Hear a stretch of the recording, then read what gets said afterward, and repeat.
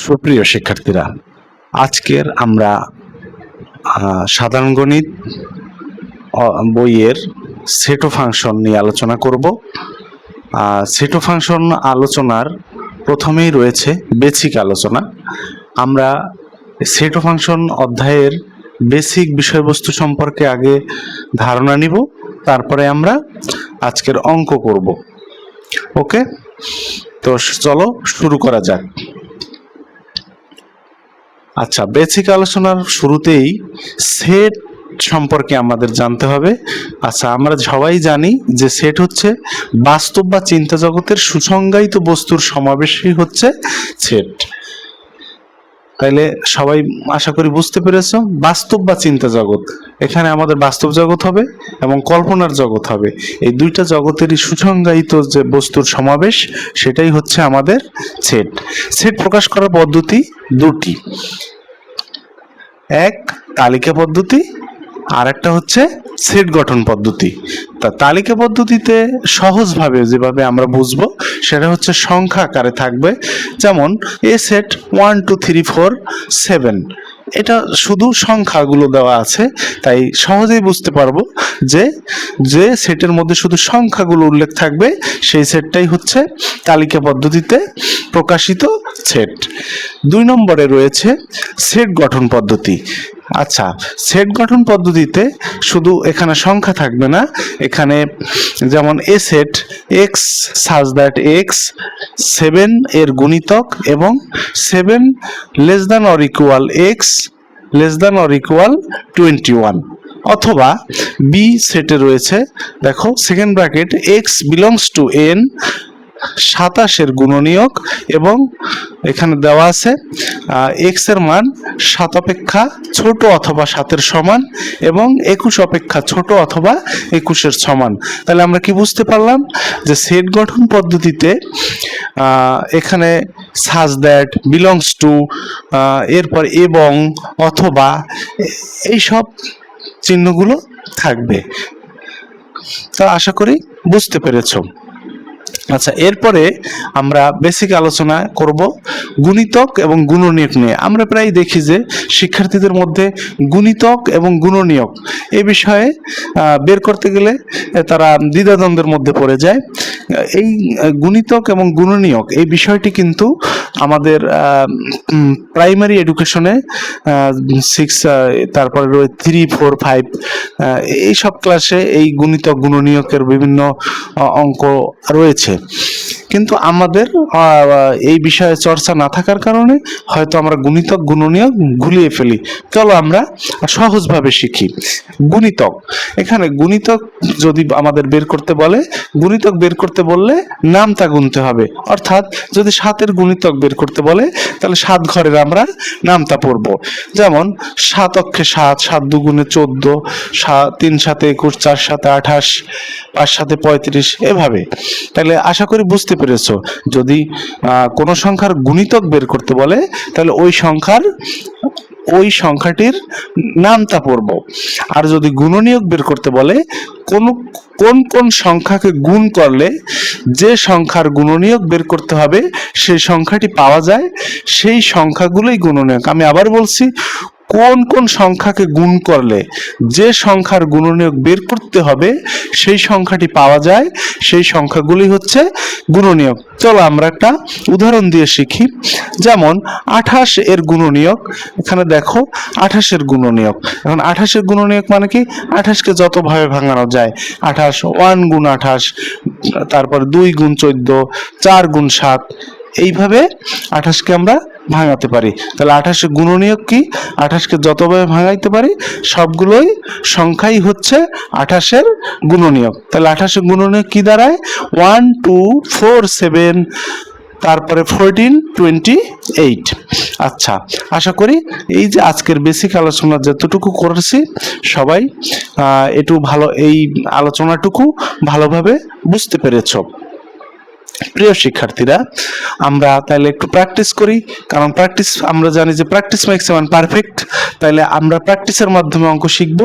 তো প্র্যাকটিসে 1 নং দেখো, এ আছে 7, এই এ সেটের একটা মান দেওয়া আছে, সেটা বলছে কি সেট গঠন পদ্ধতিতে প্রকাশ করো। এ সেটে দেওয়া আছে 4, 7, 14, 21, 28, এই সেটটিকে আমরা সেট গঠন পদ্ধতিতে প্রকাশ করব। আমরা ইতিপূর্বে দেখেছি যে সেট গঠন পদ্ধতিতে কিভাবে প্রকাশ করতে হয়। সেট গঠন পদ্ধতিতে কি থাকে, বিলংস টু, সাচ দ্যাট এবং অথবা এইগুলো থাকে। তো তাহলে আমরা সহজে লিখতে পারি। এখানে আমরা এ সেট দেখে লক্ষ্য করি যে এ সেটে দেখা যাচ্ছে 7 ঘরের নামতা আছে, 7 অক্ষে 7, 7 দুগুণে 14, 3 সাথে 21, 4 সাথে 28। তাহলে এ সেট কি হবে, আমরা এই একটা একই নিয়মে লেখা প্র্যাকটিস করব, তাহলে আমাদের ভুল হওয়ার সম্ভাবনা কম থাকবে। তাহলে এখানে আমরা লিখবো second bracket x such that x, দেখতে পাচ্ছি যে এখানে 7, 14, 21, 28 এটা 7-এর গুণিতক আছে, তাহলে আমরা লিখতে পারি 7-এর গুণিতক। এবং এইখানে কম্পেয়ার করব, প্রথম সংখ্যাটি 7 এবং সেটের শেষ সংখ্যাটি হচ্ছে 28। তাহলে বলবো যে এক্স এর মান 7 অপেক্ষা ছোট অথবা এক্স এর মান 7 অপেক্ষা বড় অথবা সমান এবং 28 অপেক্ষা ছোট বা 28-এর সমান। তাইলে কি হয়ে গেল, এটাই হলো এই সেটের সেট গঠন পদ্ধতিতে প্রকাশিত রূপ। আশা করি সবাই বুঝতে পেরেছো। আচ্ছা, তারপরে 2 নম্বরে আরেকটা আমরা প্র্যাকটিস করি, সেটা দেখাও। এখানে বি সেট দেওয়া আছে এক্স সাচ দ্যাট এক্স 28-এর গুণনীয়ক, এই সেটটিকে তালিকা পদ্ধতিতে প্রকাশ করো। আচ্ছা, তাহলে এটা তালিকা পদ্ধতিতে প্রকাশ করতে হলে তার সাচ দ্যাট, বিলংস টু এবং অথবা এগুলো কিছুই থাকবে না, লিখতে হবে না, শুধু কি হবে সংখ্যা আকারে প্রকাশ করতে হবে। তাহলে আমরা সংখ্যা আকারে প্রকাশ করি। দেখো এখানে তোমরা কি সবাই দেখতে পাচ্ছ? আমাকে কমেন্ট করে জানাইও যদি তোমাদের দেখতে অসুবিধা হয়। আচ্ছা, এবং তোমাদের যদি বুঝতে কোনো অসুবিধা হয় আমাকে কমেন্ট করে তোমরা জানাতে পারো। তো আমরা এখানে বি সেট বের করে ফেললাম। তাহলে এখানে এক্স, এখানে 28-এর গুণনীয়ক বের করতে হবে। তা 28-এর গুণনীয়ক হচ্ছে 28-কে যতভাবে ভাঙানো যায়, তাহলে 1, 2, 4, 7, 14, 28। ওকে, আশা করি বুঝতে পেরেছো। যদি তোমরা বুঝতে না পারো তাহলে ভিডিওটি পজ করে একটু দেখে এসো, পিছনে পজ করে একটু দেখে আসবে, তাহলে বুঝতে পারবে। ওকে, আচ্ছা, তাহলে আমাদের এই যে 2.1-এ বইয়ের কিছু অঙ্ক আমরা প্র্যাকটিস করব। কি আছে, নিচের সেটগুলোকে সেট গঠন পদ্ধতিতে প্রকাশ করো।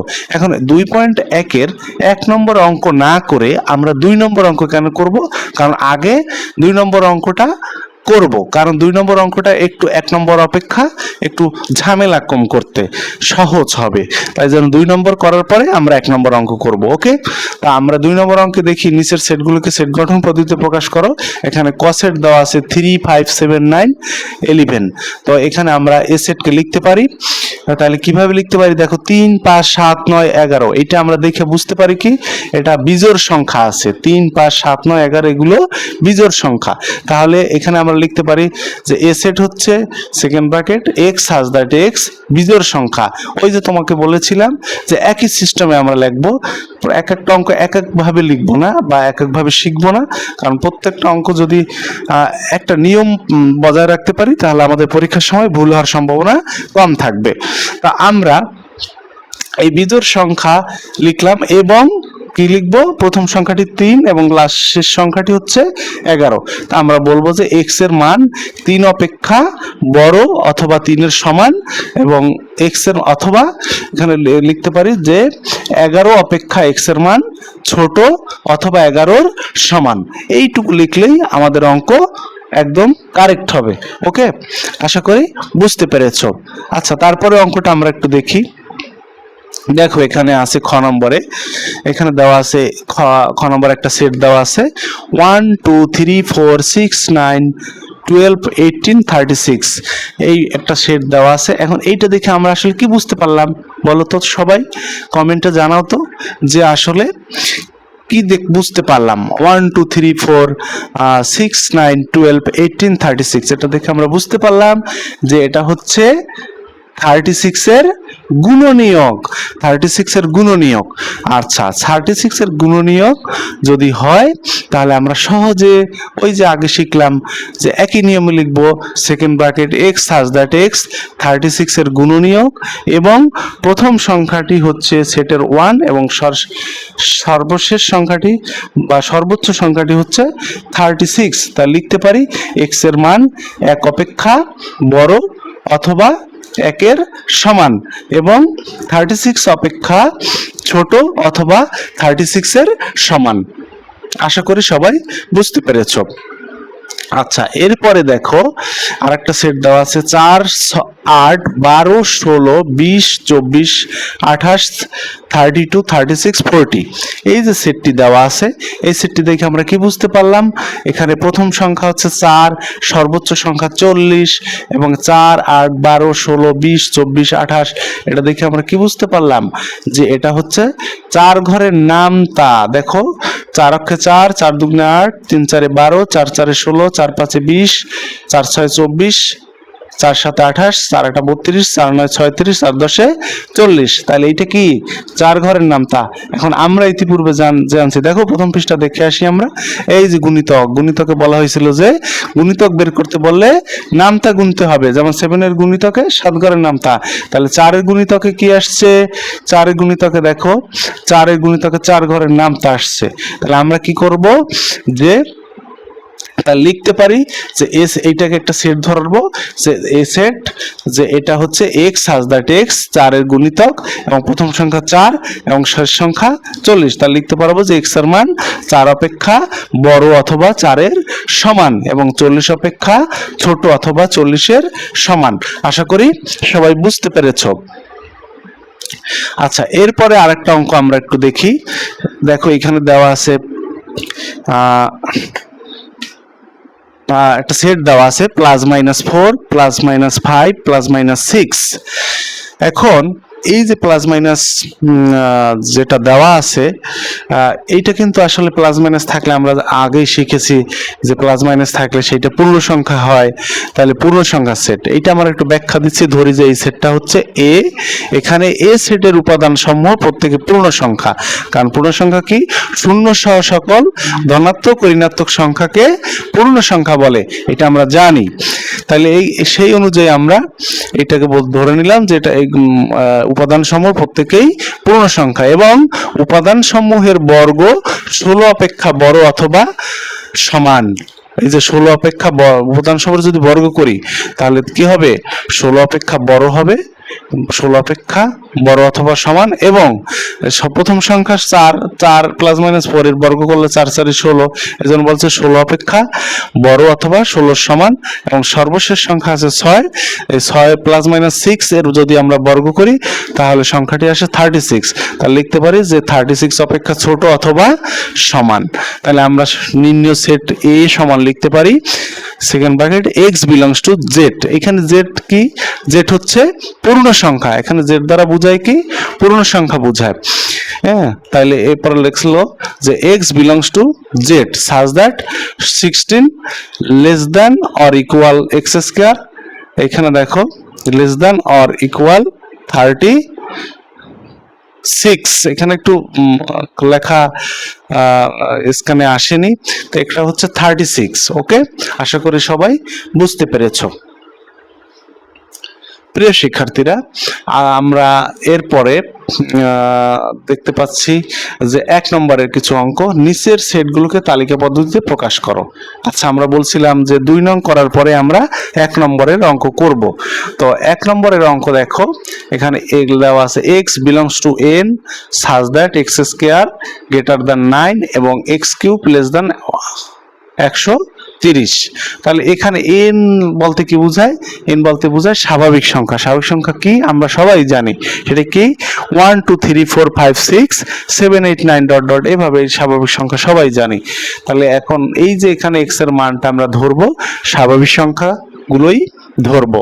তা x সমান যদি 1 হয় তাহলে x স্কয়ার কি হবে ওয়ান স্কোয়ার, তাহলে ওয়ান স্কোয়ার কি আসে ওয়ান, এবং এক্স কিউবে কি আসে ওয়ান কিউব, ওয়ান কিউব মানে এক্স এর মান আমরা ওয়ান বসাবো, তাহলে ওয়ান কিউবে দেখো ওয়ান আসছে। আবার এক্স সমান টু হলে এক্স স্কোয়ার সমান টু স্কোয়ার সমান কি আসছে দুই স্কোয়ারে চার, আবার এক্স কিউবে টু কিউব, টু কিউবে কত আসে দুই গুণ দুই গুণ দুই, অর্থাৎ দুই তিনবার যদি গুণ করি তাহলে আট আসে।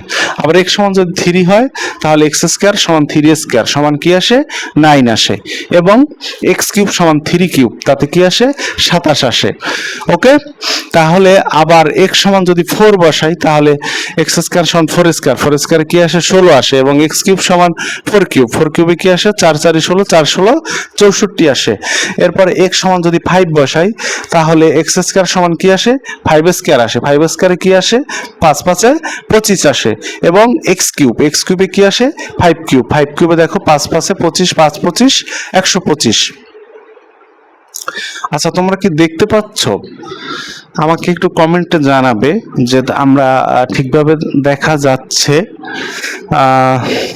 এরপরে এক্স সমান যদি 6 হয় তাহলে এখানে যদি এক্স সমান 6 হলে এক্স স্কোয়ার সমান 6x স্কোয়ার ইকুয়াল টু 36 তাতে, এবং এক্স কিউবে 6 কিউবে কি আসে 216 আসে।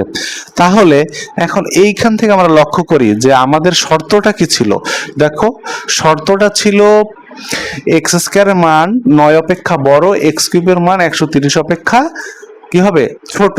তাহলে এইখানে যে মানগুলো বসাইলাম এক্স স্কোয়ারের মান 9 অপেক্ষা বড়, কিন্তু এই যে থ্রি স্কোয়ারে 9 আসে তাতে তো এইগুলো শর্ত অনুযায়ী আসে না। এবার যখনই 16 হয় এই যে এক্স সমান 4 বসাইলে এক্স স্কোয়ারের মান 4 স্কোয়ার ইকুয়াল টু 16, এবং এক্স কিউব 4 কিউবে আসে 64, তাহলে এক্স সমান 4 বসালে কিন্তু আমার যে প্রদত্ত অঙ্কের শর্ত, এই যে শর্ত এক্স স্কোয়ারের মান 9 অপেক্ষা বড় এবং এক্স কিউবের মান 130 অপেক্ষা ছোট, তাহলে এক্স সমান যদি 4 বসাই তাহলে প্রদত্ত শর্ত মানে। আবার এক্স সমান যদি 5 বসাই তাহলেও কিন্তু প্রদত্ত শর্ত মানে কি সেটাও দেখো, এক্স স্কোয়ার সমান 5 স্কোয়ার, 5 স্কোয়ারে কি হয় 5 5 25, এবং এক্স কিউবে কি হয় 5 কিউব তে 125 কি 130 অপেক্ষা ছোট, তাহলে এক্স সমান 5 বসালেও কিন্তু প্রদত্ত শর্ত মানে।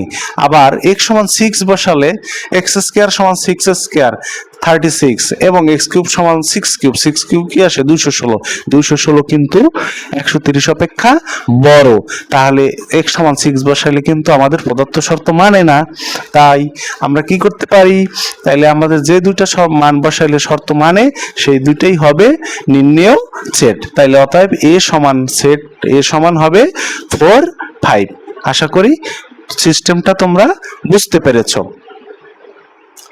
আচ্ছা, আমরা একটা খ নম্বর অঙ্কটা একটু দেখি।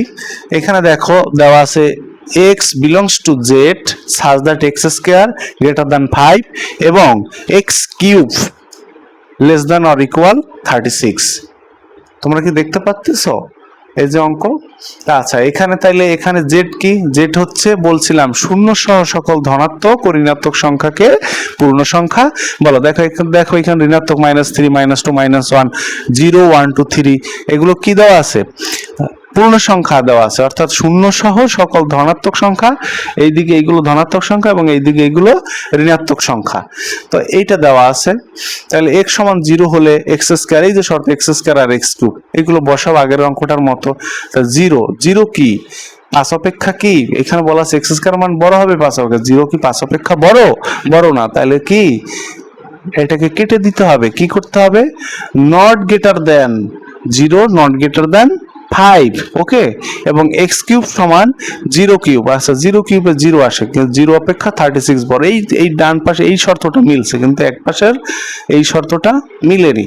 আবার আছে x সমান +-1 হলে এক্স স্কোয়ার সমান +-1 তার হোল স্কোয়ার, তাতে দেখো 1 স্কোয়ারে কি আসে 1ই আসে, তো 1 কি 5 অপেক্ষা বড় না, তাই জন্য 1 নট গ্রেটার দেন 5, এবং এক্স কিউব হচ্ছে কি এখানে +-1 ওয়ান কিউব করলে কি আসে, প্লাস মাইনাস ওয়ানই আসবে, আর এখানে মাইনাস ওয়ান থাকবে, তাহলে এখানে দেখা যাচ্ছে -36 আর +36, মানে দুঃখিত একটু ভুল বলেছি, সেটা হচ্ছে যে এখানে প্লাস -1 কিন্তু 36 অপেক্ষা ছোট।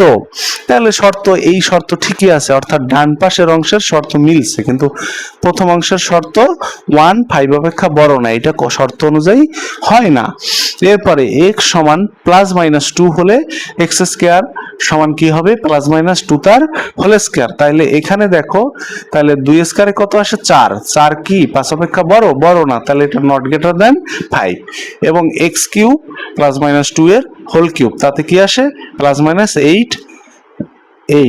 যদি এখানে -8ও আসে, -8 কি 36 অপেক্ষা ছোট, তাহলে আমরা ওটাও আমাদের শর্ত অনুযায়ী এক পাশ মিললো আর এক পাশ মিলে নেই।